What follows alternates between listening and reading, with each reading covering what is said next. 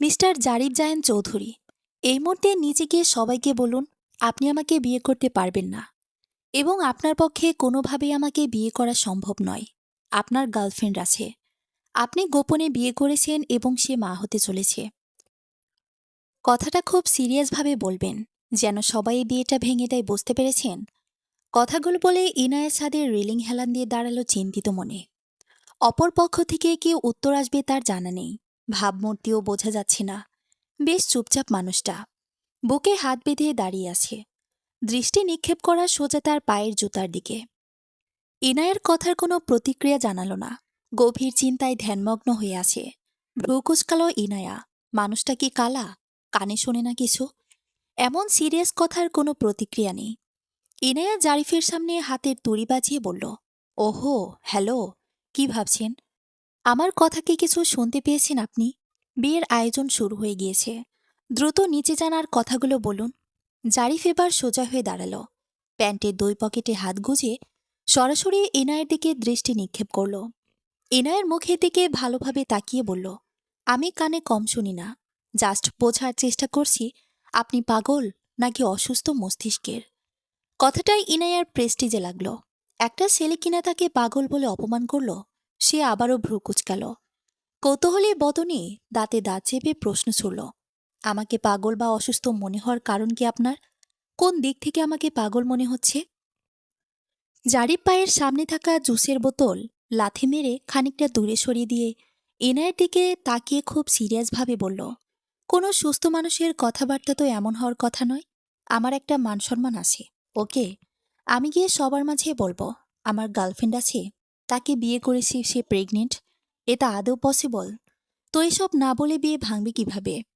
Already বিয়ের সব তোড়জোড় শুরু হয়ে গিয়েছে, নিচে গেলেই বিয়ে হয়ে যাবে আমাদের। জারিফ ডান হাত প্যান্টের পকেট থেকে বের করল, চুলে হাত বুলিয়ে ইনায়ের দিকে কিছুটা ঝুড়ে প্রশ্ন করল, আপনি কি প্রেগনেন্ট? কথাটা শুনেই ইনায়ের মুখ হা হয়ে গেল, দুই ঠোঁট ফাঁক হয়ে গেল। নীল আকাশ যেন ভেঙে তার মাথায় পড়ল।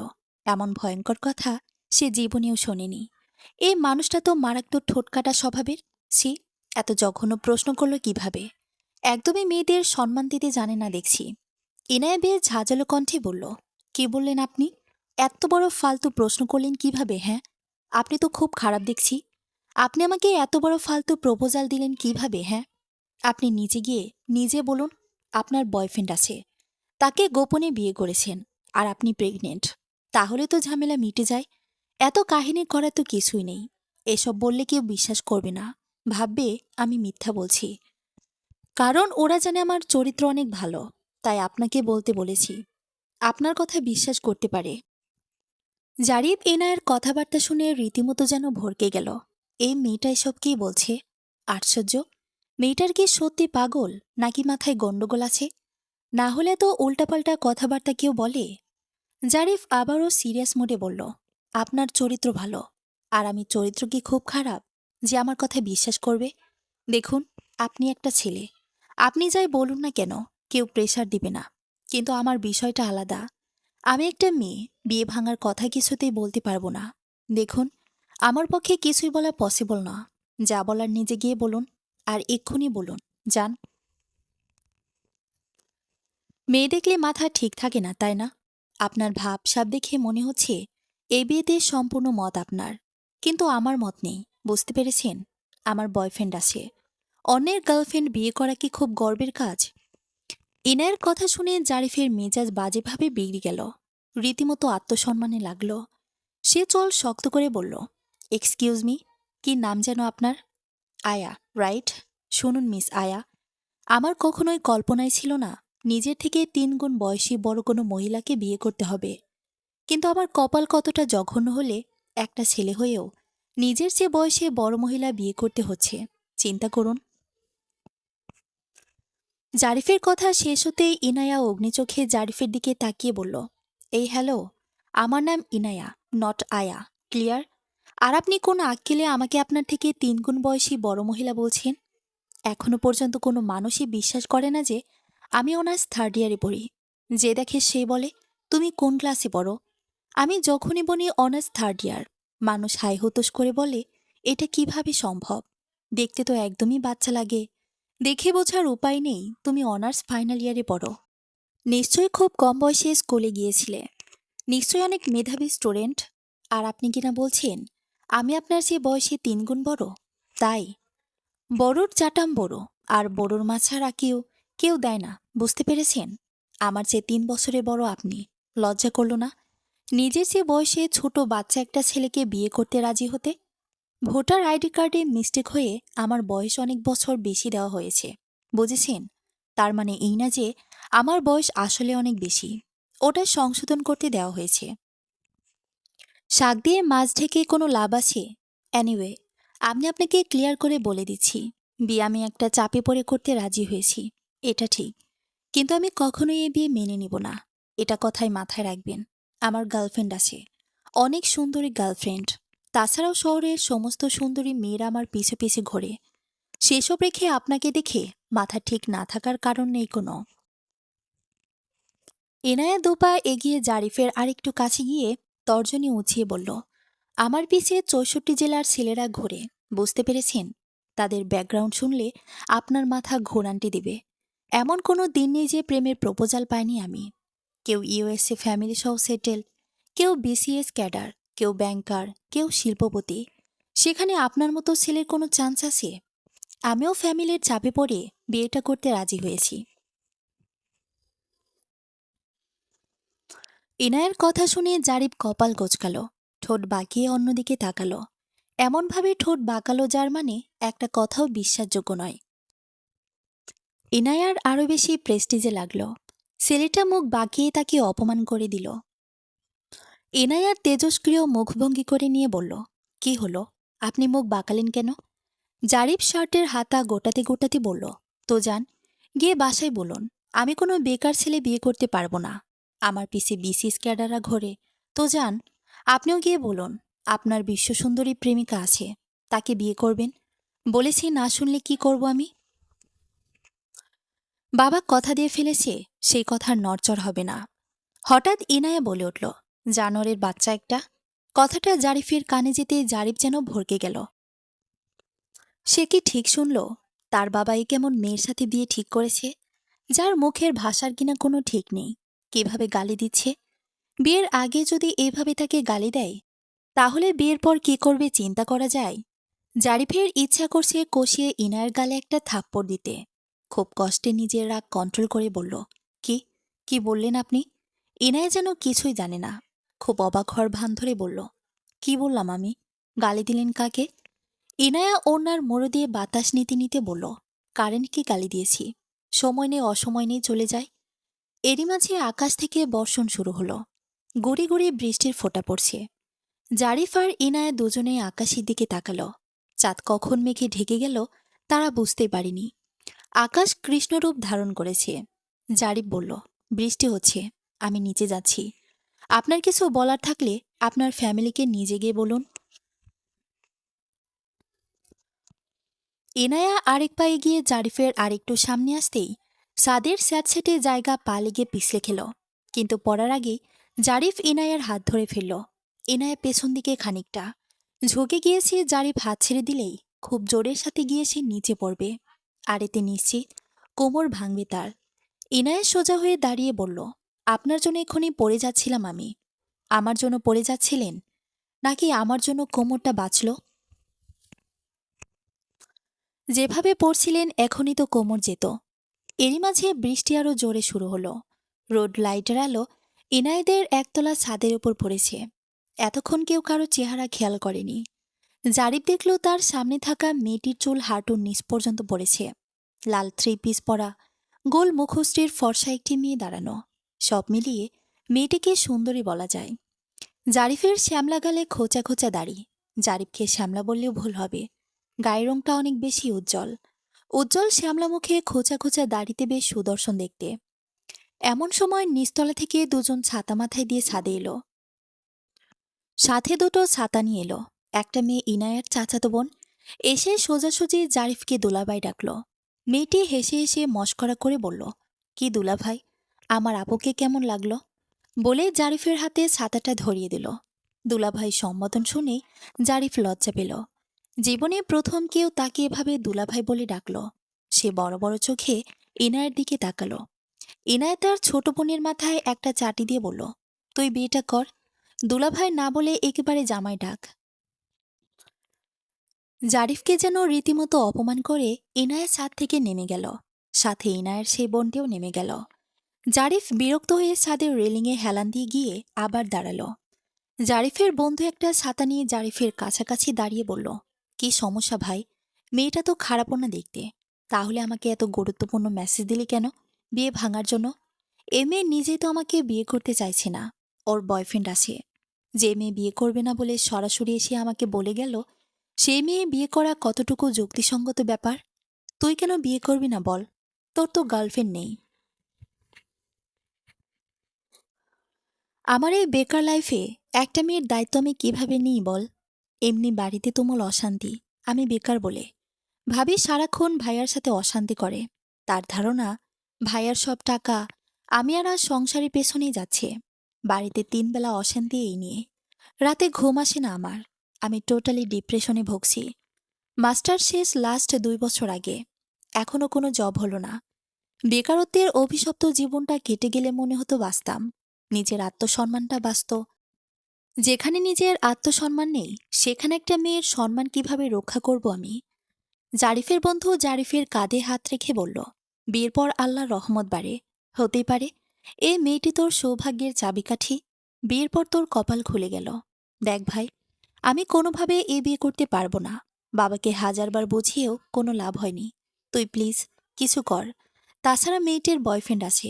হতেই পারে মেয়েটিও ও তোর মতো পারিবারিক সমস্যায় আছে, তাই বয়ফ্রেন্ডের অজুহাত দিচ্ছে। কিছু তো সমস্যা আছে পারিবারিকভাবে। না হলে বড় বোন রেখে ছোট বোনকে কেন বিয়ে দিচ্ছে বুঝতে হবে। ছেলেটা কিন্তু দেখতে মাশাল্লাহ ইনায়া। এরকম হ্যান্ডসাম ছেলে হাজারে কিন্তু একটাও পাওয়া যায় না। Brilliant student. ঢাকায় ইউনিভার্সিটি থেকে অনার্স মাস্টার্স। জব একসময় হয়েই যাবে। তুই চোখ বুজে বিয়েটা করে নে ভাই। আর যেখানে তোর কোনো বয়ফ্রেন্ডই নেই, সেখানে এত চিন্তা ভাবনার কি আছে বুঝলাম না। ইনায়ের কাজিন সামিরা ছাদ থেকে নামার সময় কথাগুলো ইনায়াকে বলছে। ইনায়ার চলন্ত পা দুটো আচমকাই থেমে গেল। সে সামিরার দিকে তাকিয়ে বলল, আমি কোনোভাবে এই বিয়ে করব না। বুঝতে পেরেছিস তুই? আমাকে পালিয়ে যাবার সুযোগ করে দে তুই। কিভাবে দিবি জানি না, বাট সমস্যা কি? সমস্যা তুই বুঝতে পারছিস না। আমি আমার আপুর আগে কেন বিয়ে করব? আমার আপুর দিকে তাকিয়ে দেখেছিস? সে তার ছোট বোনের বিয়ের জন্য ঘরের কাজ করছে। মানুষজন তাকে ঠেস দিয়ে নানান কথা বলছে। আমার আপুর কি একটু কষ্ট হচ্ছে না? মোট কথা, আপুর বিয়ে না হলে আমি বিয়ে করব না। এনাই আপু খুব শক্ত মনের মেয়ে। ট্রাস্ট মি, আপুর কষ্ট হচ্ছে না। আপু তোর খুশিতে কখনো অখুশি হবে না। সেটা আমি জানি সামিরা। আপু আমার খুশিতে পৃথিবীতে সবার থেকে বেশি খুশি হবে। কিন্তু আমার কি কিছুই করণীয় নেই? আমি বিয়ে করে এটা বোঝাতে পারবো না যে আমি আমার আপুর চেয়ে বেশি সুন্দরী, তাই আমার বিয়ে হয়ে গেছে, আর আমার বাপুর বিয়ে হয়নি। কি অদ্ভুত রে ইনায়া! আপুর মাস্টার শেষ, চাকরির চেষ্টা করছে, একজন সুশিক্ষিতা ভদ্র মেয়ে। অথচ সামান্য গায়ের রঙের জন্য আপুকে রেখে পাত্রপক্ষ বারবার তোকে চয়েস করছে। কি আছে এই সাদা চামড়ার মাঝে? আজকাল চামড়ার সাথে টাকার বিয়ে হচ্ছে, মনের সাথে মনের বিয়ে হচ্ছে না। কিন্তু আমি এটা হতে দিব না, কিছুতেই না। আমার আপুর এত বড় অসম্মান আমি মেনে নেব না। আমি পালিয়ে যাব, তাও বিয়ে করব না। যেদিন আমার আপুর বিয়ে হবে সেদিন বাড়িতে ফিরে আসব। পালিয়ে কোথায় যাবি ইনায়া? যাওয়ার কি জায়গা আছে? এতে তোর বাবার মানসম্মান আরও নষ্ট হবে। তুই পালিয়ে গেলে এই কেলেঙ্কারির জন্য আপুর চরিত্রেও এই তকমা লেগে যাবে। মানুষ বলবে ওর বোন পালিয়ে গিয়েছে, ওর চরিত্র আর কত ভালো হবে। তাহলে কি করব আমি এখন সামিরা? আমি এই মুহূর্তে বিয়ে জিনিসটাই মেনে নিতে পারছি না। আরেকবার কাকুকে বুঝিয়ে বললে হয়, চল আমার সাথে। তুই কিন্তু বাবাকে বলবি। সামিরা আর ইনায়া নিচে আসলো। বেশ খানিকটা রাত। ইনায়ার বাবা তার রুমে বসে টাকা গুনছে কিছু কিনতে যাবে। এমন সময় সামিরা আর ইনায়া দুজন ইনায়ের বাবার রুমে প্রবেশ করল। ইনায়ের বাবা সামিরার দিকে তাকিয়ে বলল, মা সামিরা, ইনায়কে সাজিয়ে দাও, এক্ষুনি পাত্র আসবে। সামিরা বলল, আঙ্কেল, ইনায়া কিছু বলবে। কি বলবে বলো? ইনায়ের ভয়ে বুক ঢিপ ঢিপ করছে। তাও বলল, বাবা, আমি এ বিয়ে করতে পারবো না। আপুর বিয়ের আগে আমি বিয়ে করব না। আর কিছু বলবা? তুমি এ বিয়ে ভেঙে দাও বাবা। তুমি আপুর জন্য ছেলে দেখো। তোমার বিয়ে আজই হবে, আর এক্ষুনি হবে। তোমার আপুর বিয়ে যেদিন হয় হবে। তোমরা যদি আর আমাকে কোনো প্রেশার দাও, আমি এবার সুসাইড করব বলে দিলাম। আমি আর নিতে পারছি না। যাও এখান থেকে। বাবার কাছে কোনো রকম পাত্তা না পেয়ে ইনায়ের ভীষণ দুঃখ হলো। মনে মনে সে বোনকে খুঁজছে, কিন্তু কোথাও নেই। ইনায়া খেয়াল করলো জারিফের বিয়ে ভাঙা নিয়ে কোনো গুরুত্বই নেই। আরামে সোফায় বসে ফোন গোতাচ্ছে। ইনার এই মুহূর্তে বেশি রাগ জারিফের ওপরই হচ্ছে। সে চাইলেই তো সব হতো। দেখতে এসে বিয়ে হচ্ছে তাই বাড়িতে মানুষজন কম। প্রতিবেশীরা কয়েকজন আছে। ইনায়ের দুই ফুপু কিছুক্ষণ আগে এসেছে।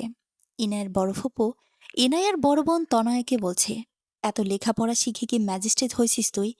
তুই বাদে দেখ, আশেপাশে তোর বয়সী অবিবাহিত কেউ আছে কিনা? তোর চেয়ে 10 বছরের ছোট যারা, তাদেরও বিয়ে হয়ে গিয়েছে। এখন তোর ছোট বোনেরও বিয়ে হয়ে যাচ্ছে। আর কি তোর বিয়ে হবে? যখন আয় পাশ করলি 100 বার বললাম বিয়ে কর বিয়ে কর। তুই দিমাগ দেখায়া বললি আমি আরো পড়ালেখা শিখব। বাবার ছেলে নেই, আমি ভাই হয়ে দেখাবো। ভাই হয়ে দেখাতে গিয়ে কি করলি বল? কয় টাকা কামাইছিস এই পর্যন্ত? বরং আমার ভাইয়ের যা ছিল চুষে খেয়েছিস। আমার ভাই এখনো গাধার খাটুনি খেটে মরছে। যে কয় টাকা তোর পেছনে খরচ হয়েছে তা এক জায়গায় থাকলে আমার ভাইয়ের বুড়োকালে বসে বসে খেতে পারত। আমার ভাইকে তো শেষ করেছিস, সাথে নিজেও বড়ি হয়েছিস। এত বয়সে মেয়েকেও বিয়ে করবে জীবনেও? ইনায়ের ছোট ফুপু বলল, বিয়ে করবে না কেন?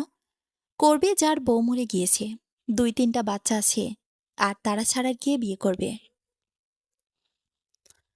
তনয়া তার দুই ফুপুর কথায় চোখ দিয়ে অশ্রু ছেড়ে দিল। ভীষণ কান্না পাচ্ছে তার। এত বাজে কথা সে আর সহ্য করতে পারছে না। নীরবে চোখের পানি ফেলে যাচ্ছে শুধু। ইনায়ের বড় ফুপু আবারও বলল, এতগুলো পাত্র আনলাম, একটাও তোদের পছন্দ হয় না। আরে বাবা, অন্যদের পছন্দ হবার আগে নিজের চেহারা তো আয়নায় দেখতে হয়। নিজের চেহারা না দেখে অন্যের চেহারা ভালো খারাপ বলতে লজ্জা করা উচিত। আমার বড় বৌমা একটা ছেলে আনলো। তার কি এমন সমস্যা ছিল? শুধু মাথায় টাক পড়া, আর আগে একটা বিয়ে ছিল। এই জন্য নাকি সে ছেলে বিয়ে করা যাবে না। এখন ওর বাপ রাস্তাঘাটে হাঁটতে পারে না। যে দেখে সে বলে বিবাহযোগ্য মেয়ে ঘরে রেখেছ, তোমার তো নামাজও হয় না ঠিকভাবে। তনয়া এসব শুনে মুখে ওড়না গুজে কাঁদতে কাঁদতে বাড়ির বাইরে গেল। ঘরের পেছনে হাঁটু ভাঁজ করে বসল। দুই হাঁটুর মাঝে মাথা রেখে কাঁদছে। কষ্টে বুক ফেটে যাচ্ছে তার। শ্রাবণের ধারা বইছে। ঝুম বৃষ্টি শুরু হয়েছে। তনয়া আকাশের দিকে তাকিয়ে বলল, হে আল্লাহ, আর কত, আর কত মানুষের কথা শুনবো আমি? আমি তো নিজের ইচ্ছায় কালো হইনি। তুমি আমাকে সৃষ্টি করেছ গায়ের রং কালো রং দিয়ে। এই দোষ কি আমার? তাহলে কেন মানুষ আমাকে খারাপ কথা শোনায়? তুমি কি এসব কিছুই দেখো না? তুমি কি কিছুই শোনো না? হয় আমাকে একটা চাকরির ব্যবস্থা করে দাও, নয় আমাকে দুনিয়া থেকে নিয়ে যাও। এ অভিশপ্ত কালো রং দিয়ে তুমি কাউকে সৃষ্টি করো না আল্লাহ। এখানে বসে কান্নাকাটি করে কি ছোট বোনটার বিয়ে ভাঙতে চাস মুখ পড়ি? কোন দুঃখে কাছিস? তোর আগে তোর ছোট বোনের বিয়ে হচ্ছে, তোর সহ্য হচ্ছে না তাই না? তোর মতো অপয়ের জন্য আমাদের ইনায়ের বিয়েটাও ভেঙে যাবে। শোন তনয়া, অনেক কষ্টে ইনায়ের বিয়ে ঠিক করেছি। বড় বোন অবিবাহিত থাকলে মানুষ হাজারটা প্রশ্ন করে, কি জন্য বড় মেয়ে রেখে ছোট বোনের বিয়ে দেওয়া হচ্ছে?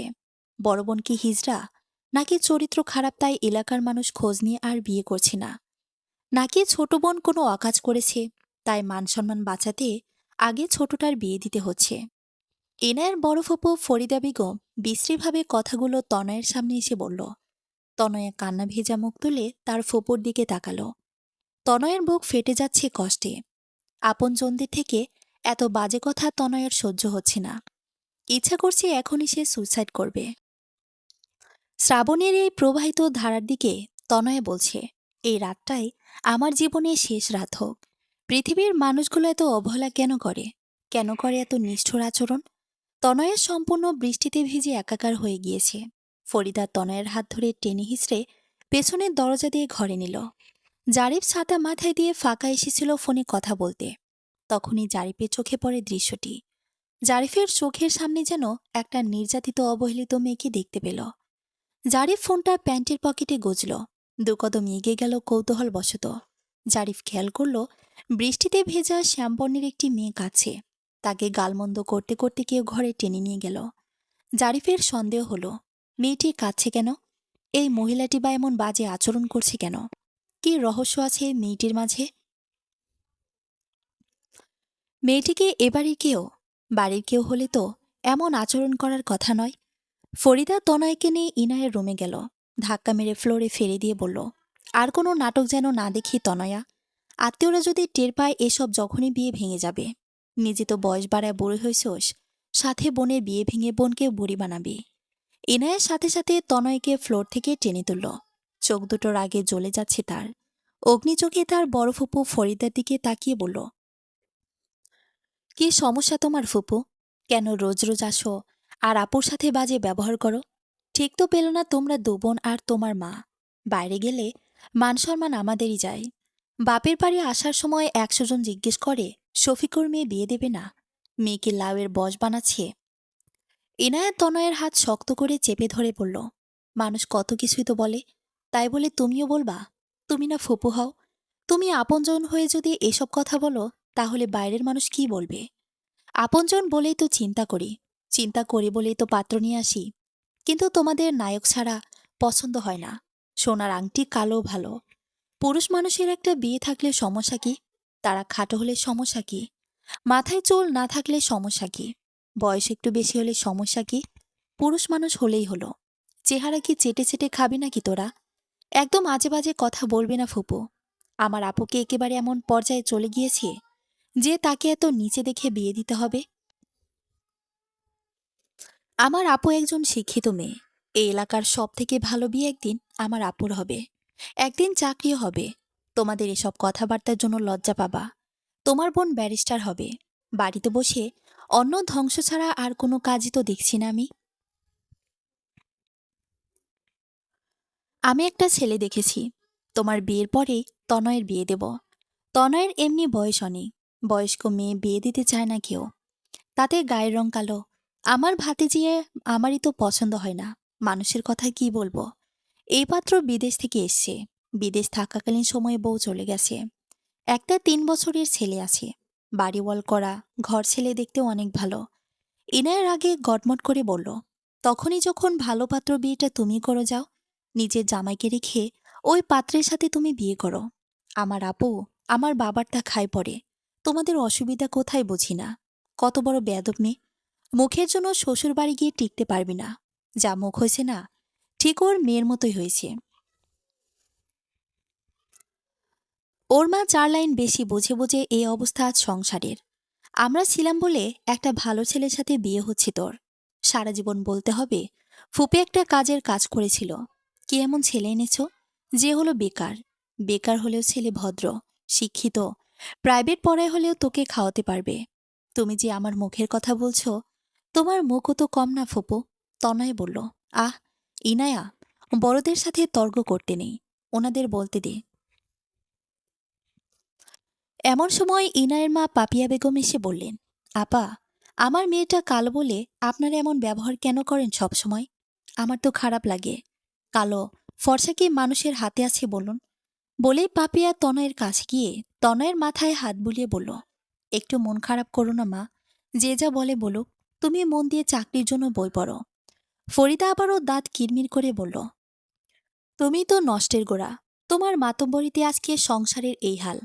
তখন হাজারবার বললাম, আর একটা বাচ্চা নাও, একটা ছেলে তো হতে পারত। তুমি দুটো মেয়ের পর সব বন্ধ করে বসে থাকলে। বেশি বাচ্চা নিবা না আর।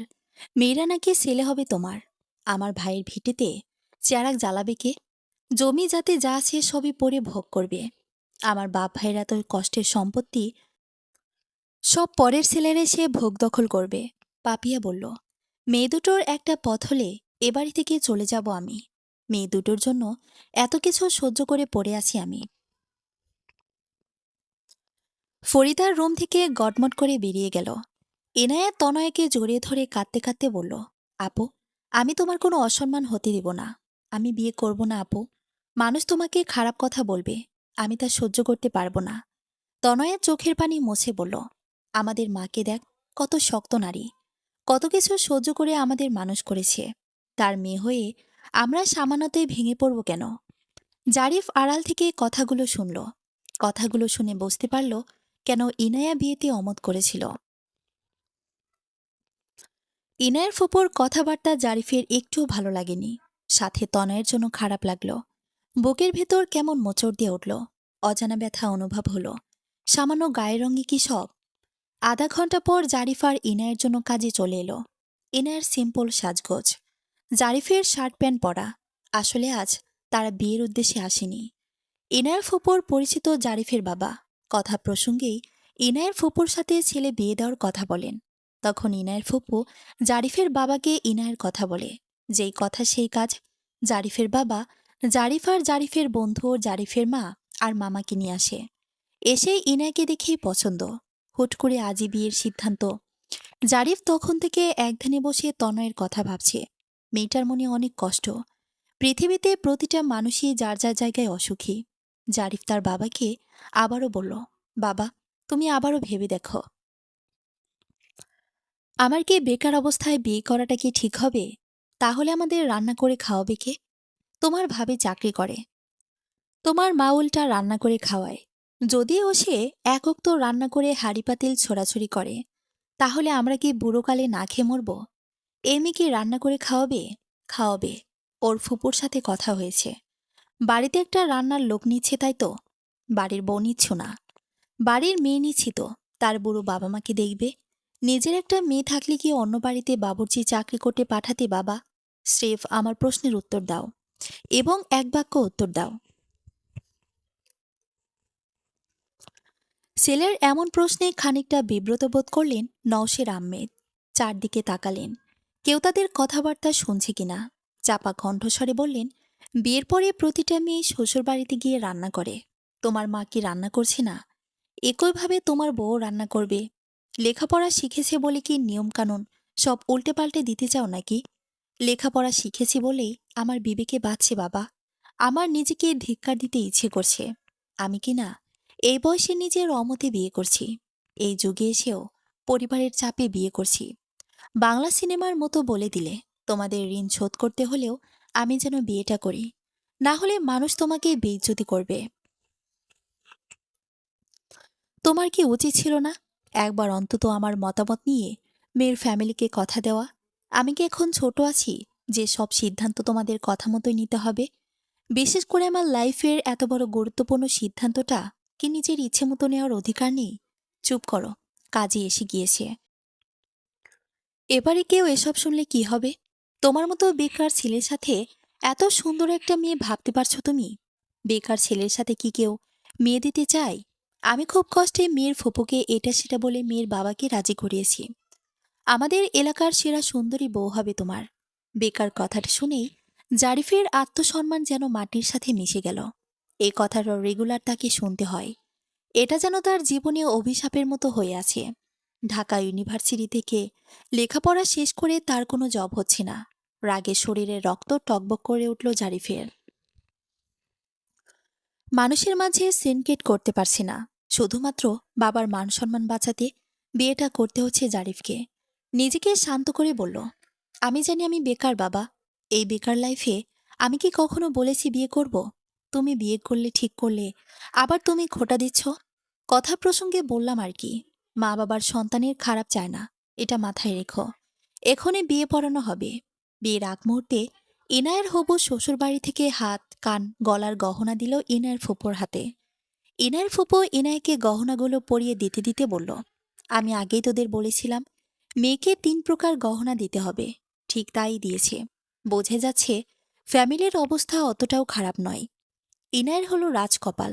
সাইড থেকে এক প্রতিবেশী বলে উঠল, ইনায়ের যে সুন্দর চেহারা, রাজকপাল ছাড়া আর কি হবে শুনি।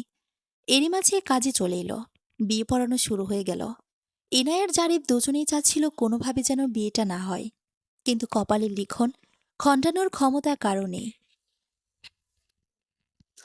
দুজনের অনিচ্ছা থাকলেও বিয়েটা হয়ে গেল। কবুল বলতেই ইনায়ের আধা ঘন্টা সময় লেগে গেল। কবুল বলার সাথে সাথেই পাল্টে যাবে তার পুরো জীবন। চারদিক থেকে সবার অনুরোধে ইনায়া কবুল বলল। কবুল বলে চিৎকার দিয়ে কেঁদে দিল। এই বিয়ে নিয়ে ইনার কত স্বপ্ন ছিল। আগে তার আপুর বিয়ে হবে, আপুর বিয়েতে প্রচুর সাজগোজ করবে, অনেক মানুষ আসবে। নিজের বিয়ে নিয়ে কত কি প্ল্যান করে রেখেছিল। ইনায়া অনলাইন থেকে কত হলুদের গহনার ছবি স্ক্রিনশট দিয়ে রেখেছিল।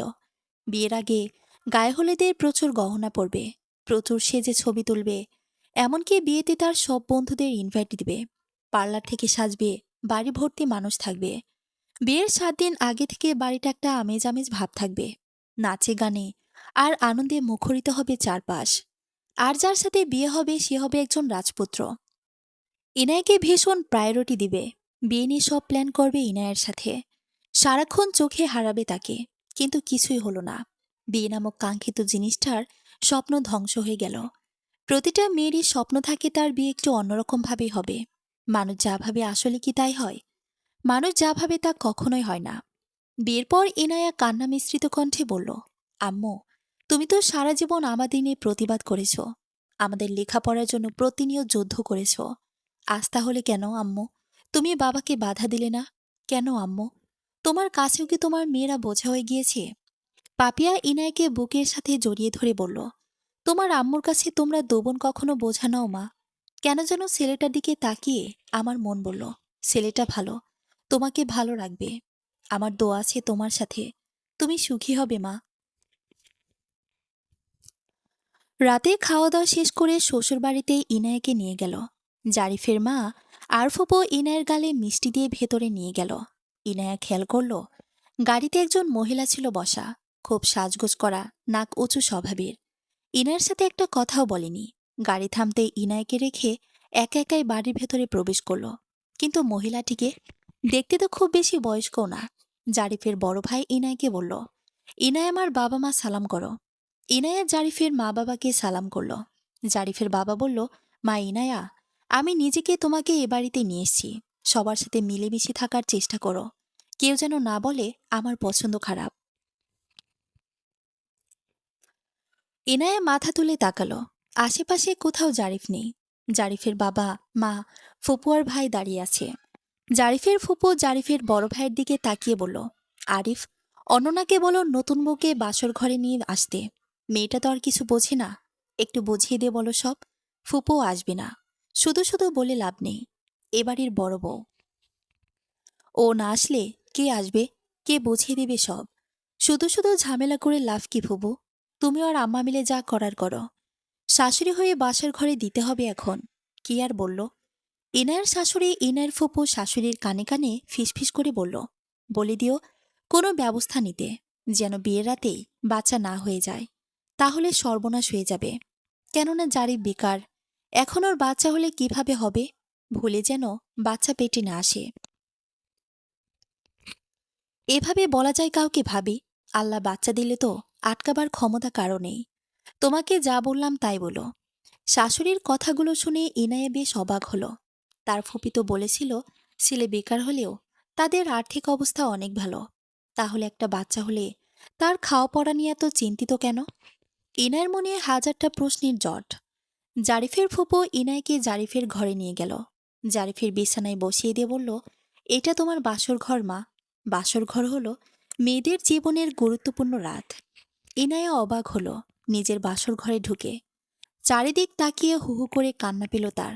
কল্পনায় হাজারবার স্বপ্ন দেখেছে লাল বেনারসি পরবে, সে তার বর শেরওয়ানি পরবে, তাজা গোলাপ আর রজনীগন্ধার সুবাসে মোমো করবে তার বাসর ঘর। তার কল্পনায় সাজানো ঘরের এক বিন্দু কিছুই মিল নেই। বুকের মাঝে এক না পাওয়া ক্ষেপার যন্ত্রণায় ভেঙে চুর হয়ে যাচ্ছে। পুরো রুমটায় চোখ বুলালো সে। একটা খাট, একটা ওয়ারড্রোব, একটা আলনা আর একটা বড় টেবিল। টেবিল জুড়ে অসংখ্য বই। সব বই বিভিন্ন চাকরির পরীক্ষার সহ বিসিএস প্রিপারেশনের বই। এনায়ের মাথা চক্কর দিল, এত বই মানুষ পড়ে কিভাবে? জারিফের ফুপো এনায়ের হাতে একটা পাতা পিল দিয়ে বলল, রাতে একটা ওষুধ খেয়ে নিও, বলে রুম থেকে বেরিয়ে গেল। ইনায় পিলের প্যাকেট দেখে আশ্চর্যজনকভাবে তাকিয়ে রইল। খাটের উপর ফেলে চুপ করে বসে রইল। কিছুক্ষণের মাঝে জারিফ প্রবেশ করল রুমে। জারিফ রুমে ঢুকেই আজ অন্যরকম কিছু একটা ফিল করত। এতদিন সে একা থাকতো এই রুমে, আজ অন্য একটা নারী বসে আছে। আজ থেকে এই ঘরে সে একা নয়, সাথে এই নারীটাও থাকবে। জারিফ ঘরে ছিটকিনি লাগিয়ে দিল। এনায়ের বুক কেঁপে উঠল। যতই হোক পুরুষ মানুষ, একা ঘরে একটা মেয়ে পেয়ে সে নিশ্চয়ই চুপ থাকবে না। এখানে তার বিয়ে করা বউ। কিছু বললেও ইনায়ের বাধা দেওয়ার ক্ষমতা নেই। কিন্তু এনায়া মোটেও প্রস্তুত নয় এ ব্যাপারে। কারণ জারিফ সম্পূর্ণ একজন অপরিচিত ছেলে।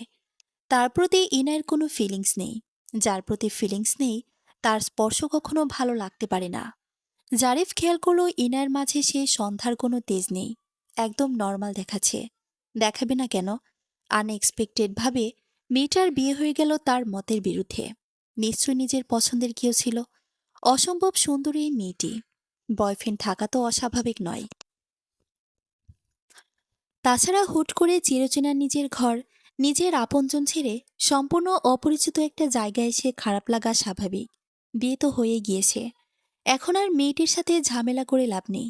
তবে মেয়েটি যদি তার বয়ফ্রেন্ডের কাছে যেতে চায়, আমি বাধা দিব না।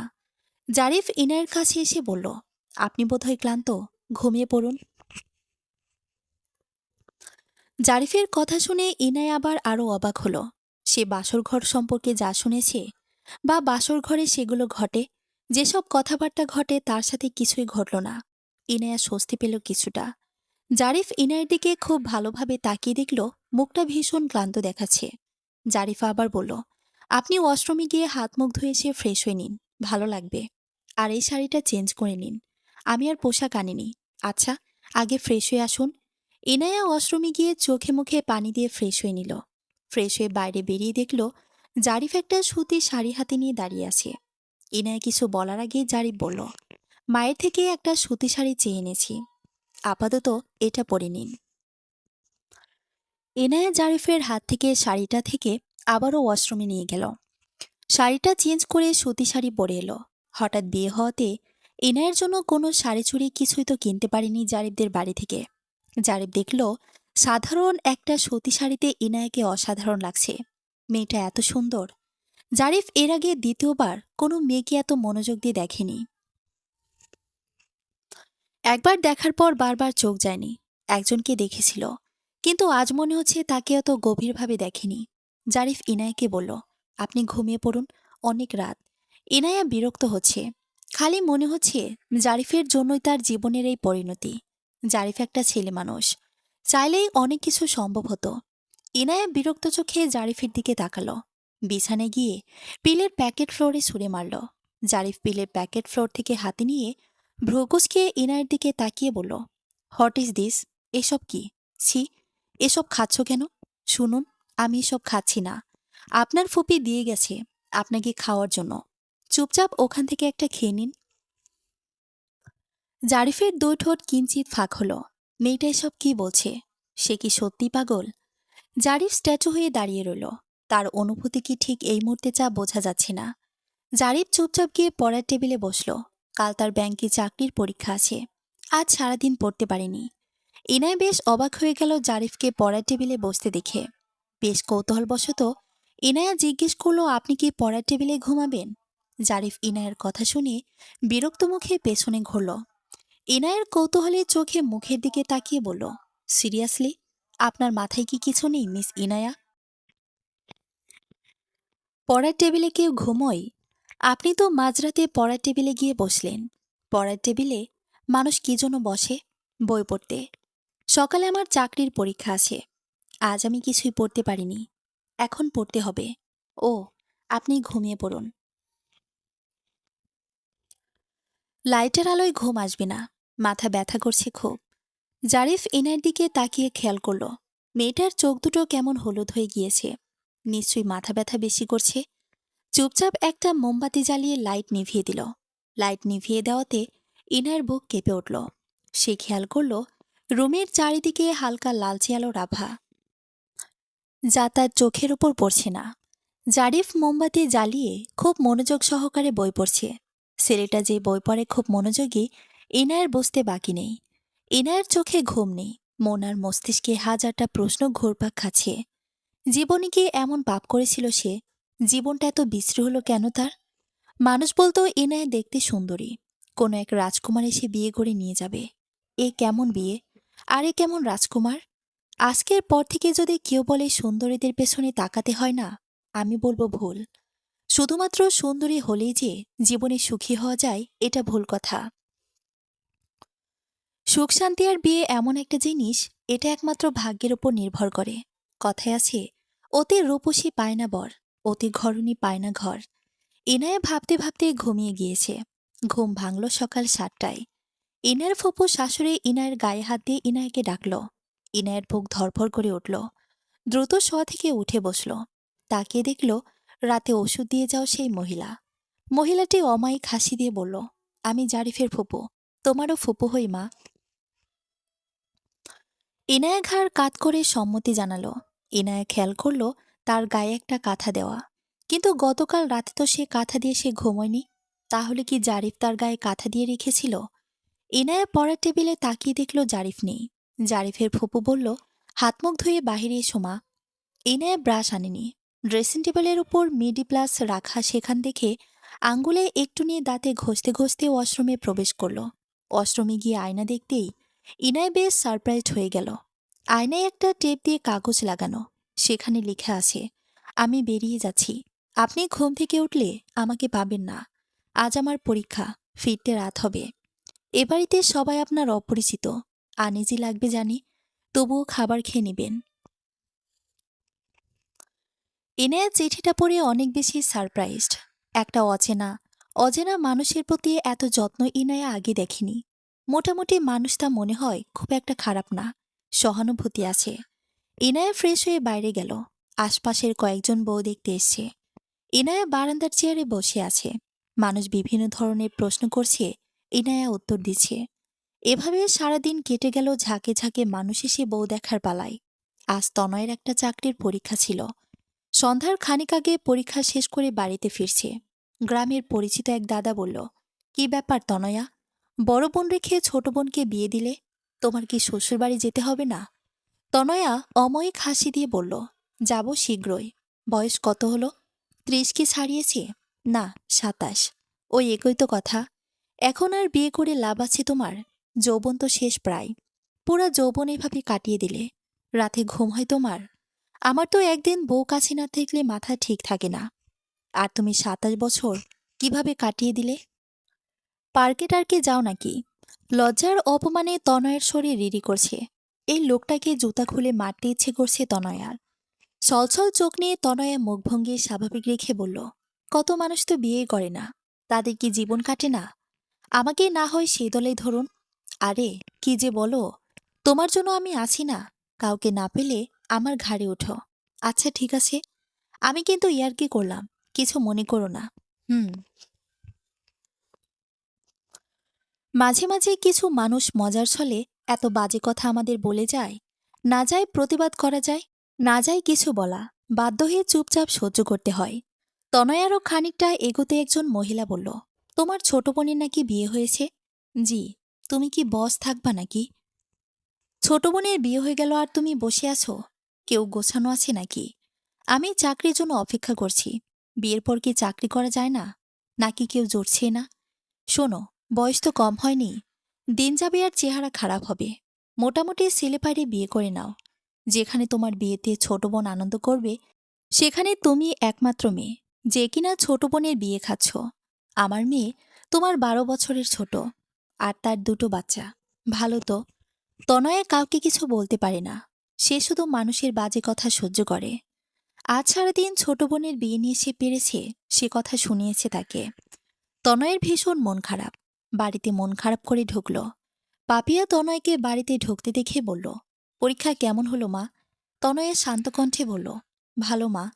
তনয়ের কাপড় চেঞ্জ করে ফ্রেশ হতেই পাপিয়া খাবার নিয়ে এলো। তনয়ের মন খারাপ দেখে বলল, ইনায়ের জন্য কি মন খারাপ মা? হ্যাঁ মা। কেমন ফাঁকা ফাঁকা লাগছে সব।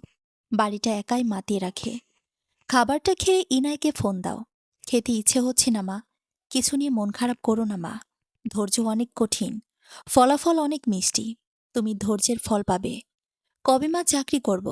আর বাবাকে ফুপুদের হুকুম থেকে রক্ষা করব? ফুপুদের জমি করে খায় বলে বাবা যেন ফুপুদের কাছে আটকে আছে। তোমার বাবার ছেলে নেই বলে ওরা দুর্বল ভাবে, দাম দেয় না। তোমার বাবা মানুষটা খারাপ না, কিন্তু ভয় পায়। দেখো না, একটা সিদ্ধান্ত নিজে পারে না। মানুষ যা বোঝায় সে তাই বোঝে। এই যে সবাই বুদ্ধি দিল তোমার তো ছেলে নেই, ঘর বানাবা কেন? সে আর ঘর বানালো না। তোমার চাচা ঢাকায় থাকে, এটা তারই ঘর। সবাই যে যার মতো কিছু না কিছু গটিয়েছে, কিন্তু তোমার বাবা তা পারেনি। সে কখনোই ভাবেনি আমাদের কিছু গোছানোর প্রয়োজন। আমার জীবনটা যেভাবে কেটে গেল, আমি চাই না আমার মেয়ে দুইটার জীবন আমার মতোই কাটুক। আমি যেদিন চাকরি পাবো সেদিন সবাইকে বলল, মায়ের কালো মেয়ে আজ সুন্দর হয়ে গিয়েছে। সারাদিন কেটে গিয়ে সন্ধ্যা। জারিফের ভাবে অনন্যা বলল, আম্মা, জারিফের বউকে রান্নাটা শিখিয়ে নিন। ওর ফুপু তোমার বাবাকে বলেছে ও নাকি সব পারে। তাই নাকি? তাহলে মাছটা ওকে ভাজি করতে দিন। ইনায়া ফ্যালফ্যাল করে তাকিয়ে রইল। সে তো কখনো রান্নাই করেনি, টুকটাক পারে। ফুপি এত মিথ্যে কেন বলল? শাশুড়ির হুকুমে ইনায়া লবণ হলুদ মাখানো মাছ গরম তেলে জোরে ফেলতে তেল ছিটে তার হাতে লাগতে চিৎকার দিয়ে উঠল। জারিফের মা এবার চেঁচামেচি করে বলল, ওইভাবে কেউ মাছ ফেলে? সামান্য এইটুকু জ্ঞানও তোমার নেই? তোমার মা শিখিয়েছেটা কি? ইনায়া হাতের ব্যথায় ছটফট করছে। অনন্যা চোখ মুখ বাঁকিয়ে বলল, এই মেয়ে নিয়েছে রান্নার জন্য। বোঝাই যাচ্ছে কি রান্না করে খাওয়াবে। তোমার বাবা তো বলল বিশাল রান্না জানে। অনন্যা ইনায়াকে বলল, ফ্রিজ খুলে ডিম ভেঙে লাগাও, আর তোমার রুমে চলো। এখন আম্মু থাকলে এভাবে হাত পড়তে দেখলে কত উতলা হতো। কি দিলে যন্ত্রণা কমতো সেই চেষ্টাই করত। ইনায়া কিছুই না করে নিজের রুমে গেল। সাথে সাথে অনন্যা ইনায়ের রুমে প্রবেশ করল। অনন্যাই ইনায়ের কানের দুল খুলতে খুলতে বলল, এসব আমার গহনা। তোমাকে বিয়ের দিন পরানোর জন্য দিয়েছিলাম। এখন নিয়ে যাচ্ছি, পরে আবার হারিয়ে যেতে পারে। ইনায়া অবাক হয়ে অনন্যার দিকে তাকালো। অনন্যা এক এক করে হাত, কান, গলার সব গহনা খুলে নিয়ে গেল। বিয়ের পরের দিন নতুন বইয়ের সব গহনা খুলে নেওয়ার মতো লাঞ্ছনা এই দুনিয়াতে নেই। হাতের যন্ত্রণা আর মনের যন্ত্রণা দুই মিলে একাকার হয়ে গেল। ইনায়া বুঝতে পারল এ বাড়িতে আরও কিছু তাকে সহ্য করতে হবে। রাত ৯টায় জারিফ বাসায় ফিরল। তার হাতে কয়েকটা প্যাকেট। প্যাকেটগুলা টেবিলের নিচে রাখল। হাতের ফাইলটা টেবিলের ওপরে রাখল। ইনায়া খাটের ওপরে বসে আছে। জারিফ রুমে ঢুকতেই ইনায়ের দিকে নজর গেল। কেমন যেন খালি খালি লাগছে দেখতে, কি যেন একটা মিসিং। জারিফ খেয়াল করল কোনো গহনা নেই তার গায়ে। জারিফ হাতের ঘড়ি খুলতে খুলতে বলল, কেমন আছেন? ভালো। সারাদিন খেয়েছেন? হুম। আপনি? বাইরে থেকে খেয়েছি। রাতের খাবারও খেয়ে এসেছেন? না। ও, আপনি তো ফোন আনেননি। আমার ফোনে ফোন দিয়েছিল আপনার বাড়ি থেকে। কথা বলুন। ইনায়া ফোনটা নিয়ে বেলকনিতে চলে গেল। জারিফ বুঝতে পারল কিছু একটা গরমিল হয়েছে। সে এগিয়ে গেল। আম্মু জানো, আজ আমার গরম তেলে হাত পুড়ে গিয়েছে। কিন্তু কেউ হাতটা ধরেও দেখেনি। কেউ জিজ্ঞেসও করেনি আমার কষ্ট হচ্ছে কিনা। কেউ একটু মলমে এনে দেয়নি। তুমি নেই বলে আজ অন্য কেউ আমার ব্যথায় উতলা হয়নি। তোমার মতো আসলে কেউ হয় না আম্মু। আমার বিয়ে দিলে কেন আম্মু? জীবনে কি এমন পাপ করেছিলাম আমি? আপু মনে করে গায়ের রং কালো হওয়া পাপ। কিন্তু আজ আমি মনে করছি গায়ের রং সাদা হওয়াটাও পাপ। আজ গায়ের রং সাদা বলেই মানুষের নজরে এসেছি, আর নিজের ক্যারিয়ার হওয়ার আগেই বিয়েটা করতে হলো। সদ্য বিবাহিত মেয়ের কথা শুনে পাপিয়ার বুক ফেটে যাচ্ছে। কান্না চেপে ধরে রাখতে পারছে না। কয়েকটা নিঃশ্বাস নিয়ে বলল, জারিফ দেখেনি? জারিফ? কি যাতা বলছো আম্মু? তাকে আজ ঘুম থেকে ওঠার পর মাত্র দেখলাম। এবারে সবাই সমান। আমি জারিফের কি হই আম্মু? সে দয়া দেখাতে যাবে? আমার কপালটা এত খারাপ হবে কল্পনাতে ছিল না আম্মু। শ্বশুরবাড়িতে মেয়েদের আপনজন হয় একমাত্র স্বামী, কিন্তু আমার ক্ষেত্রে তা সম্পূর্ণ উল্টো। জারিফ তার বাবার কথা মতো বিয়ে করেছে, কবুল বলেছে, ব্যাস, দায়িত্ব শেষ। বউ কী জিনিস এটাই তো সে জানে না। নিজের পছন্দে, নিজের ইচ্ছে বিয়ে করেনি। যে আমাকে পছন্দ করে না, চেনে না, জানে না, হুট করে বিয়ে করেছে, সে আমার খেয়াল কিভাবে রাখবে আম্মু? বিয়ে এভাবেই হয় ইয়ানা। অচেনা একটা মানুষ আপন হয়ে যায়। যাকে আমরা চিনতামই না, সে জীবনের চেয়ে প্রিয় মানুষ হয়ে যায়। জীবনে এমন অনেক কিছু ঘটে যায় যা আমরা কল্পনাও করি না। জারিফ শিক্ষিত ছেলে। আমার বিশ্বাস ও তোমাকে বুঝবে। ও তোমাকে পছন্দ করবে। এত বেশি পছন্দ করবে তুমি সেদিন এই দিনটার কথা ভাববে। কথাগুলো বলার সময় পাপিয়া কাঁদছিল। সেটাই ইনায়া বুঝতে পারল। ইনায়া কান্না মিশ্রিত কণ্ঠে বলল, কেঁদো না আম্মু। আরও শোনো, ওরা আমার গায়ের সব গহনা খুলে নিয়ে গিয়েছে। এসব গহনা জারিফের ভাবির। উনি আজই সব খুলে নিয়েছে। এবারের পরিবেশ কত খারাপ তুমি জানো না আম্মু। আমার জীবনটা শেষ হয়ে গিয়েছে আম্মু। আমি একদিনে বুঝতে পেরেছি এখানের পরিবেশ। চেহারা সুন্দর হলেই মানুষের কপাল সুন্দর হয় না। চেহারার চেয়ে ভাগ্য ভালো হওয়া জরুরি আম্মু। এরা আমাকে এনেছে শুধু বাড়ির কাজ করানোর জন্য। ওরা ফিসফিস করে বলাবলি করছিল আমাকে আর পড়তে দিবে না। এমনকি আমার শাশুড়ি আজই বলে দিয়েছে আমি যেন 3 বেলা রান্না করি, সংসারটা গুছিয়ে রাখি। জারিফ বেকার। আমার খাওয়া পড়ার খরচ দেওয়ার সামর্থ্য নেই। জারিফের চাকরির আগ পর্যন্ত যেন আমি আমার বড় জায়ের সাথে মানিয়ে চলি। সে যা বলে তাই যেন শুনি। সে চাকরি করে, সংসারে টাকা দেয়, বড়লোকের মেয়ে। যে গাভী দুধ দেয় তার লাথি নাকি সহ্য করতে হয়। আজ দুপুরে আমাকে সব বুঝিয়ে দিয়েছেন এভাবে। এমন হলে আমি জারিফার ওর ফ্যামিলির সাথে কথা বলবো। বিয়ের আগে তো এসব কথা ছিল না। এর চেয়ে আমাকে মেরে ফেললে না কেন? এ বাড়িতে আমার সম্মান নেই আম্মু। কথাগুলো যেন জারিফের হৃদয়ে ছুরিঘাতের মতো বিঁধল। ইনায়ের ছলছল চোখ জারিফকে ক্ষত বিক্ষত করল। নিজেকে ধিক্কার দিতে ইচ্ছে করছে। সে একজন ব্যক্তিবান পুরুষ। ইনায়া তার স্ত্রী। ইনায়ের এত বড় অপমান সে মেনে নিতে পারছে না। ইনায় তো জোর করে এ বাড়িতে আসেনি, বরং সে বিয়ে করতে রাজি ছিল না। সবাই প্ল্যান করে মেয়েটার সব স্বপ্ন শেষ করে দিল। নিজের পরিবার যে এমন, জারিফ সেটা জানত। তাই তো বিয়ে করতে রাজি ছিল না। নিজের পরিবারের মানুষের অন্যায় জারিফ মেনে নেবে না। রাগে ফুঁসতে ফুঁসতে নিজের মায়ের ঘরে গেল। ঘরে ঢোকার আগে জারিফের কানে এলো জারিফের বড় ভাবি জারিফের আম্মাকে বলছে, আম্মা, জারিফ তো টিউশনি করে। আমরা তো আর এতদিন ওর কাছে টাকা পয়সা চাইনি, কিন্তু এখন থেকে জারিফকে বলবেন ও যেন সংসারে টাকা দেয়। শুনেছি আমার যা বেতন তার চেয়ে বেশি বেতন টিউশনি থেকে ইনকাম। জারিফ তখন এই রুমের ভেতরে প্রবেশ করল। নিজের মায়ের দিকে অগ্নিরূপে তাকিয়ে বলল, মা, বাবা কোথায়? কেন বাবা? এখানে ডাকো, কথা আছে। জারিফের চিৎকার শুনে ইনায়ের রুম থেকে বেরিয়ে বারান্দায় দাঁড়ালো। জারিফের বাবার বড় ভাই রুমের মধ্যে প্রবেশ করল। জারিফের বাবা বলল, কি হয়েছে জারিফ? নিজেদের ছোট লোকের ব্যবহার এইভাবে প্রকাশ করছো কেন তোমরা? জারিফের ভাবি বলল, হয়েছে কি? ইনায়ের গহনা খুলে এনেছে কেন ভাবি? জারিফের মা বলল, তার গহনা সে এনেছে, এতে সমস্যা কি? গহনা দিয়েছিলে কেন? একজনকে কিছু দিয়ে খুলে আনার মতো ছোট লোকই কিভাবে করলে?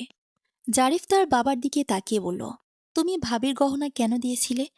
ও বাড়িতে মানুষজন জিজ্ঞেস করছিল আমরা কি দিচ্ছি, তাই বড় বৌমার গহনা দিয়েছিলাম। কেন, ওরা জানে না ওদের জামাই বেকার? তাদের মেয়েকে কিছু দিতে পারবে না। বেকার ছেলের সাথে এমনি কেউ কোনো মেয়ে দেয় না। কথা ঘুরায় পেঁচায় না বলে বিয়ে হতো? আমি কি বিয়ে করতে চেয়েছিলাম? বাড়িতে রান্না করবে কে? ইনায় তোমাদের রাঁধুনি নয়। ও এখনো লেখাপড়া শেষ হয়নি যে সারাদিন তোমাদের রান্না করে খাওয়াবে। ভাবি একবার রান্না করলে ইনায় একবার রান্না করবে। জারিফের মা বলল, লেখাপড়া কিসের? আর একদিনও না। বাড়ির বউ আর পড়াশোনা করে লাভ নেই। এ বাড়িতে লেখাপড়া চলবে না। একজন চাকরি করে ঠিক করে রান্না করে খাওয়াতে পারে না, আরেকজন চাকরি করলে এ সংসার দেখবে কে? আর তোমার ভাবি চাকরি করে। তুমি কিভাবে তোমার বউয়ের সাথে তোমার ভাবির তুলনা দিচ্ছ? জারিফের ভাবি বলল, দেখুন, আপনার ছেলে নাকি বিয়ে করবে না, এখনই বইয়ের হয়ে কথা বলছে। এভাবে একটা মেয়ের লাইফ নষ্ট হতে আমি দেব না। তোমরা একটা সহজ সরল পরিবারকে ঠকিয়ে তাদের মেয়ের জীবন নষ্ট করতে চাইছ। জারিফের বাবা বলল, লেখাপড়া করবে, খরচ দিবে কে? তোমার খরচই তো আমাদের চালাতে হয়। আমার খরচ এখন আমি চালাই। আর ইনায়াকে লেখাপড়া আমি করাবো। জারিফের ভাবি বলল, বাবা, বইয়ের লেখাপড়া চালাবে? মানুষ ন্যাশনাল ইউনিভার্সিটি থেকে পড়ে জব পেয়ে যাচ্ছে। তুমি ঢাকা ইউনিভার্সিটি থেকে পড়ে কি করলে? 1 টাকাও এ বাড়ি থেকে তুমি আর পাবে না। তোমার ভাইয়াকে বলে দেব।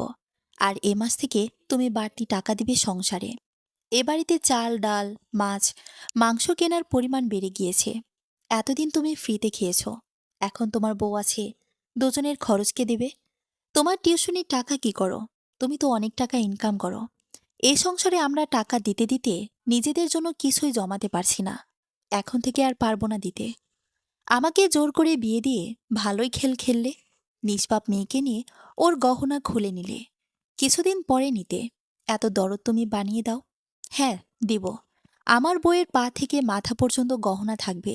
না হলে আমার নাম জারিফ নয়। আমি আমার ভাগ্য মেনে নিয়েছি। আমি জানি আমার কপালে ওই মেয়ে ছিল, তাই যেভাবে হোক বিয়েটা হয়েছে। আর বিয়ে যখন হয়েছে, ওর প্রতি কোনো দায়িত্বের অবহেলা আমি করব না। আজ আমি বেকার, সময়টা খারাপ যাবে, কিন্তু এই দিন দিন না, দিন একদিন পাল্টে যাবে। আর খাওয়ার খোটা দিলে আমার বউ আমার টাকায় খাবে, প্রয়োজনে একবেলা খাবে, তবুও তোমাদের কিছুই খাবে না। বলেই জারিফ রুম থেকে বেরিয়ে গেল। এনায়ার ছলছল চোখ দুটো শীতল হলো। মনের মাঝে কি এক শান্তি পেল। এমন শান্তি সে আগে পায়নি। জারিফ তাকে আমার বউ বলছিল, তখনই বুকের মাঝে কম্পন হচ্ছিল। জারিফ তার মা বাবার রুম থেকে বেরিয়ে গেল। এনায়ের রুমে চলে গেল। এনায়ের রুমে এসে চোখের পানি মুছল। জারিফের কয়েকটা কথা ইনায়ের সব দুঃখ ভুলিয়ে দিল। যেন হঠাৎ বৃষ্টির মতো এক পশলা প্রেম ইনায়ের হৃদয়ে দোলা দিল। যত্নই বোধহয় একমাত্র ভালোবাসার অস্ত্র। জারিফের আনা প্যাকেটগুলো ইনায়ে খুলল। সেখানে 4টা 3 পিস, সাথে কিছু কসমেটিক্স। ইনায়া বুঝল এগুলো জারিফ এনেছে। ইনায়া অপেক্ষা করছে জারিফের জন্য। জারিফ এলে সে আর খারাপ ব্যবহার করবে না। কিছুক্ষণের মাঝেই জারিফ রুমে এলো। সোজা ইনায়ের কাছে গিয়ে কোনো অনুমতি ছাড়াই ইনায়ের হাতটা ধরে বলল, দেখি হাতটা। ইনায়া হাতটা মেলে দিল। দেখে জারিফের বুকের মাঝে জ্বলে উঠল। ইস, হাতটা পুড়ে গিয়েছে। জারিফ একটা মলম হাতে লাগিয়ে দিতে দিতে বলল, তোমাকে আর রান্নাঘরে যেতে বললে যাবে না। আর 7 দিন এ বাড়িতে থাকবো আমরা ইনায়া। এই 7 দিন তোমাকে রান্না করতে বললে তরকারিতে লবণ বেশি দিবে, মরিচ বেশি দিবে। তোমাকে রাঁধুনি বানানোর শখ মিটিয়ে দিও। আমি কিছুই বলতে যাব না। ভেবো না আমি কখনো তোমাকে প্রশ্ন করব, কেন এগুলো করব। আর হ্যাঁ, আমি জানি আমাকে তোমার পছন্দ নয়। তোমার বয়ফ্রেন্ড আছে, তোমার অমতে বিয়ে হয়েছে।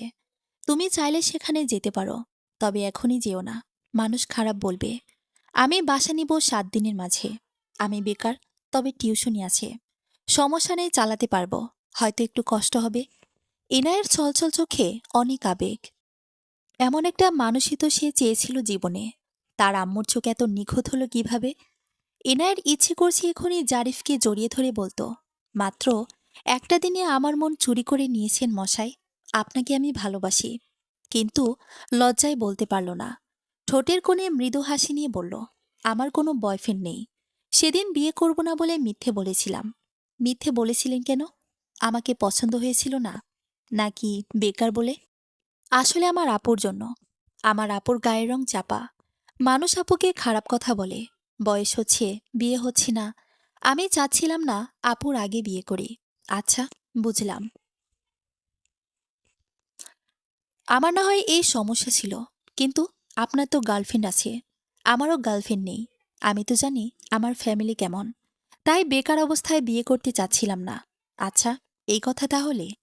তাছাড়া এত সুন্দর একটা মেয়ে আমার মতো কালো ছেলের সাথে মানায় নাকি? আপনি কালো কোথায়? আপনি হ্যান্ডসাম খুব। জীবনে প্রথমবার কেউ এভাবে প্রশংসা করল। আগে কেউ বলেনি না? বিশ্বাস হচ্ছে না। হাতে কি খুব ব্যথা হচ্ছে? এখন কোনো ব্যথা নেই।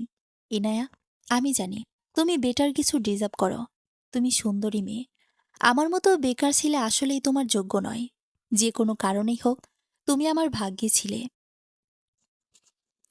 তাই আমার জীবনে এসেছ। বিয়ে আল্লাহর সিদ্ধান্তে হয়। যা হয়েছে সব ভুলে আমরা একসাথে জীবনটা পাড়ি দিতে পারি। আমি দীর্ঘদিন ডিপ্রেশন আর মানসিক অশান্তিতে আছি। একটা বেকার ছেলের জীবন কতটা অভিশপ্ত তুমি বুঝবে না। প্রতিনিয়ত মানুষ জিজ্ঞেস করে কবে চাকরি হবে তোর। ফ্যামিলি থেকে প্রেশার, বোঝা মনে করা। জানি না কবে চাকরি হবে।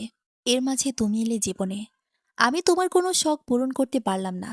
এই ব্যর্থতা নিয়ে বাঁচব কিভাবে? ইনায়া জারিফের হাতটা ধরে বলল, আমার কিছুই লাগবে না। আপনার সাথে আপনার মতো করে জীবনটা কাটিয়ে দিতে চাই। তবে আপনার অনেক ভালো চাকরি হবে। আমি সত্যি একদিন রাজরানী হব। আপনার এই বেকার জীবনের সঙ্গী হতে আমার আপত্তি নেই। আজ দুঃখটুকু ভাগ করে নিতে চাই, পরে না হয় সুখটুকু ভাগ করব। কোনো মেয়ে যে এত সহজে কারো বেকারত্ব মেনে নিতে পারে, তোমাকে না দেখলে জানতাম না। তুমি আমার অনুপ্রেরণা ইনায়া। আমি আমার জীবনের সর্বোচ্চ চেষ্টা এইবার করব। তোমার হাত ধরে যেন বলতে পারি, তোমার অনুপ্রেরণায় আজ আমি বিসিএস ক্যাডার। জারিফকে আজ খুব অস্থির দেখাচ্ছে, কিন্তু কি নিয়ে ইনায়া সেটা জানে না। বিবাহের আজ ২ বছর পূর্ণ হলো। আজকের দিনটা তাদের জীবনের স্পেশাল দিন। ইনায়া গত ১ মাস ধরে ভেবে রেখেছে আজকে জারিফকে সে বিশেষ সারপ্রাইজ দিবে। কিন্তু জারিফকে অন্যমনস্ক আর মন খারাপ দেখে ইনায়া কিছুই বলতে পারছে না। বিগত ২ বছরে অনেক অশান্তি আর দুঃখে কষ্টে দিন কেটেছে ইনায়া আর জারিফের। অভাব, অনটন, খেয়ে না খেয়ে দিন গিয়েছে। কিন্তু ওরা দুজন কাউকে বসতে দেয়নি। বিগত ২ বছরে তনয়া, জারিফ আর ইনায়া তিনজন হয়েছে জীবনের কঠিন পরিস্থিতির মুখোমুখি। তিনজনের জীবনের চিত্র ছিল ভিন্ন। তনয়ের গায়ের রং কালো, বয়স নিয়ে পরিবার, আত্মীয়, সমাজের কাছে প্রতিটা পদে পদে হয়েছে হেনস্থা। সমাজ তাকে ছুঁড়ে ফেলেছে নর্দমায়। ফ্যামিলি থেকে কখনো তার বাবার বয়সী, বিবাহিত, ডিভোর্সি কারো সাথে বিয়ে দেওয়ার জন্য জোর করেছে। তনয়ের জীবনটা বিষাক্ত করে তুলেছিল প্রতিবেশীরা, শুধু বিয়ে হচ্ছে না বলে। এ সমাজে কালো মেয়েরা কতটা মূল্যহীন সেটা তনয়া তার জীবনে হাড়ে হাড়ে টের পেয়েছে। কিন্তু কথায় আছে, দিন কখনো একরকম যায় না। প্রতিটা মানুষের জীবনে খারাপ সময় কেটে গিয়ে ভালো সময় আসে। হাল না ছেড়ে চেষ্টা করলে একদিন একদিন অন্ধকার ঠিকই কেটে যায়। ইনায়ের বিয়ের ১ বছর পরে তনয়া বিসিএস ক্যাডার হলো। চাকরির পরে আরেকজন বিসিএস ক্যাডারের সাথে বিয়ে হয়। সে ছেলেটির গায়ের রং ধবধবে সাদা, নিখুঁত, সুন্দর একটি ছেলে। তনয়া তার চারপাশের মানুষকে তাক লাগিয়ে দিয়েছিল। গায়ের কালো রং নিয়ে দুঃখ, কষ্ট সহ্য করে তনয়া কোনো এক রাজকুমারের রানী হয়েছে। শ্বশুরবাড়িতে সম্মানের সাথে আছে। এদিকে ইনায়া পরীর মতো সুন্দর হয়েও শ্বশুরবাড়িতে মিনিমাম সম্মানটুকু পায়নি। দিনের পর দিন অবহেলা আর খোঁটা সহ্য করে অবশেষে জারিফের সাথে আলাদা বাসায় ওঠে। জারিফ বিয়ের প্রথমে আলাদা বাসা নিতে চাইলেও ইনায়ার আপত্তি ছিল। সে সবটা মানিয়ে নিতে চেয়েছিল, কিন্তু পারেনি। তার স্বামী বেকার বলে মিনিমাম সম্মানটুকু কেউ তাকে দেয়নি। সারাদিন খাওয়া পড়া নিয়ে খোঁটা শুনেছে। একটা সময় না পেরে জারিফের সাথে আলাদা বাসায় ওঠে। সেখানে অভাবে, অনটনে, অনাহারে অনেক কষ্টে দিন কাটে। জারিফের টিউশনির টাকায় সংসার, সাথে ইনার লেখাপড়ার খরচ। ওদের সমস্যার কথা কাউকে জানায়নি ওরা। অপরদিকে জারিফ জীবনের প্রতিটা ক্ষণে ক্ষণে টের পেয়েছে বেকারত্বের কষ্ট। মা বাবাও সন্তানকে আলাদা চোখেও দেখে। জারিফের বড় ভাই ইনকাম করে বলে তাদের সাথে মা বাবা তুমি করে কথা বলে। এইদিকে জারিফের সাথে তুই তুকারি সহ যত প্রকার খারাপ ভাষা আছে তাই ব্যবহার করেছে। ছেলেদের পকেটে টাকা না থাকলে সম্মান জিনিসটা থাকে না। ছেলেদের সৌন্দর্য হলো টাকা। তবে জারিফ ইনার সাপোর্ট পেয়েছে। ইনার কখনো ভালো খাবার খেতে ইচ্ছা হলেও বলেনি। ভালো একটা ড্রেসের দিকে তাকিয়ে চোখ ফিরিয়ে নিয়েছে। সে জানে তার স্বামীর পকেট ফাঁকা। জারিফ সবটা খেয়াল করেছে, কিন্তু করার কিছুই নেই, তাই চুপ থেকেছে। হঠাৎ জারিফ লাফিয়ে উঠল খুশিতে। ইনায় ভীষণ অবাক হয়ে বলল, তুমি না এতক্ষণ গম্ভীর ছিলে, হঠাৎ কি হলো? জারিফ ইনায়াকে জড়িয়ে ধরে বলল, আজ বিসিএস ভাইবার রেজাল্ট দিয়েছে। আমি শিক্ষা ক্যাডারে প্রথম হয়েছি। ইনায়া খুশিতে কেঁদে দিল। জারিফকে জড়িয়ে ধরল শক্ত করে। জারিফও ইনায়াকে শক্ত করে জড়িয়ে ধরে বলল, আমার এই সাফল্য তোমার জন্য ইনায়া, তুমি আমার শ্রেয়সী। বলেই জারিফ ওর বন্ধুদের ফোন করল। ইনায়ার থেকে যে জারিফের প্ল্যান আজ বেশি ছিল ইনায়া জানে না। জারিফের বন্ধুরা এসে জারিফ আর ইনায়ের জন্য বাসর ঘর সাজালো, একদম ইনায়ার মনের মতো করে। পার্লার থেকে মানুষ এলো ইনায়কে সাজানোর জন্য। আজ ইনায়ার সেদিনের বউ সাজার স্বপ্ন পূরণ হলো। ফটোগ্রাফারও আনা হয়েছে। জারিফ বলে দিয়েছে আজ সারা রাত আমার বইয়ের ছবি তুলবেন। ইনায়া জারিফের হাত ধরে আড়ালে ডেকে নিয়ে বলল, এসব কি হচ্ছে? আজ আমাদের ম্যারেজ ডে। বিয়েতে তোমার কিছু অপূর্ণ ইচ্ছা পূরণ করলাম। আর হ্যাঁ, আস্তে আস্তে তোমাকে প্রচুর গহনা বানিয়ে দেব। আপাতত টাকা নেই। তোমার আলমারি ভর্তি দামি শাড়ি হবে, প্রচুর শপিং করবে, একদম রানি করে রাখব। ইনায়া জারিফকে জড়িয়ে ধরে বলল, আমার তো এত সব লাগবে না। সেদিনের আমি আর আজকে আমি এক নই। আমার আলাদা গহনা লাগবে না। আমার গহনা তো আপনি মিস্টার, আমি জানি। বাট আমি আমার বউকে রানি করে রাখতে চাই। কেটে গিয়েছে আরো ২ বছর। সবকিছু বদলে গিয়েছে। এনায়া আর তনয়ের মা বাবাকে কেউ আর ছোট চোখে দেখে না। মানুষ তাদের অন্যরকম সম্মানের চোখে দেখে। তনয়কে এখন আর কেউ কালো বলে না। আগে যারা বাজে কথা বলতো তারা এখন সম্মানের সাথে কথা বলে। জারিফকে আর ফ্যামিলি থেকে কেউ বাজে কথা বলে না। ইনায়াকে কেউ আর অসম্মান করে কথা বলতে সাহস পায় না। ইনায়ের এখন অনেক গহনা হয়েছে, আলমারি ভর্তি শাড়ি হয়েছে। জারিফ তার কার্ড ইনায়ের হাতে তুলে দিয়েছে। ইনায়া সত্যি এখন রানী। দুজন অচেনা মানুষ এখন একজন অপরজনকে ছাড়া নিঃশ্বাস নিতেই পারে না। ভালোবাসা সুন্দর, দুজন মানুষ সঠিক হলে। কষ্টের পরেই সুখ আসে, এটাই প্রকৃতির নিয়ম। সমাপ্ত।